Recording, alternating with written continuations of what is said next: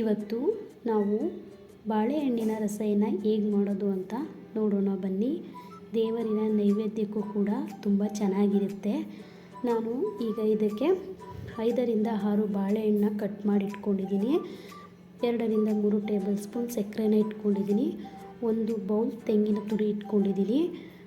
2ರಿಂದ 3 ಏಲಕ್ಕಿ ಇಟ್ಕೊಂಡಿದ್ದೀನಿ. 10ರಿಂದ 15 ಒಣ ದ್ರಾಕ್ಷಿನ ಇಟ್ಕೊಂಡಿದ್ದೀನಿ. ಬೆಲ್ಲನಾದರೂ ಹಾಕ್ಕೋಬೋದು, ಸಕ್ಕರೆನಾದರೂ ಹಾಕ್ಕೋಬೋದು, ತುಂಬ ಚೆನ್ನಾಗಿರುತ್ತೆ. ದೇವರ ನೈವೇದ್ಯಕ್ಕೂ ಕೂಡ ಬೇಗ ಸುಲಭವಾಗಿ ಆಗುವಂತಹ ಒಂದು ನೈವೇದ್ಯ ಆಗಿರುತ್ತೆ ಇದನ್ನು ಹೇಗೆ ಮಾಡ್ಕೊಳ್ಳೋದು ಅಂತ ನೋಡ್ಕೊಳ್ಳೋಣ ಬನ್ನಿ.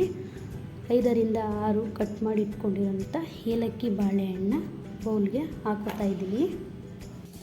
ಮತ್ತು ಇದಕ್ಕೆ ತೆಂಗಿನ ತುರಿನ ಹಾಕೋತಾ ಇದ್ದೀನಿ.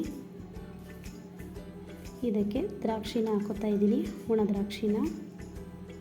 2 ಟೇಬಲ್ ಸ್ಪೂನ್ ಸಕ್ಕರೆನ ಹಾಕೋತಾ ಇದ್ದೀನಿ.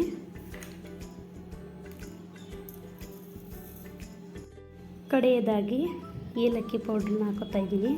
ಸಿಪ್ಪೆ ಸಮೇತ ಹಾಕ್ಕೊಂಡ್ರೂ ತುಂಬ ಚೆನ್ನಾಗಿರುತ್ತೆ. ಇದನ್ನು ಇವಾಗ ಮಿಕ್ಸ್ ಮಾಡೋಣ.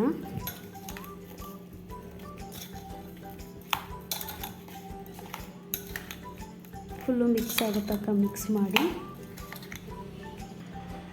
ಈಗ ಒಂದು ಸರ್ವಿಂಗ್ ಬೌಲಿಗೆ ಹಾಕ್ಕೊಂಡು ದೇವರ ನೈವೇದ್ಯಕ್ಕೆ ಇಲ್ಲ ಮಕ್ಕಳು ಕೇಳಿದ್ರೆ ಅರ್ಜೆಂಟಾಗಿ ಬೇಗ ಮಾಡಿಕೊಡ್ಬಹುದು. ತುಂಬ ಚೆನ್ನಾಗಿರುತ್ತೆ.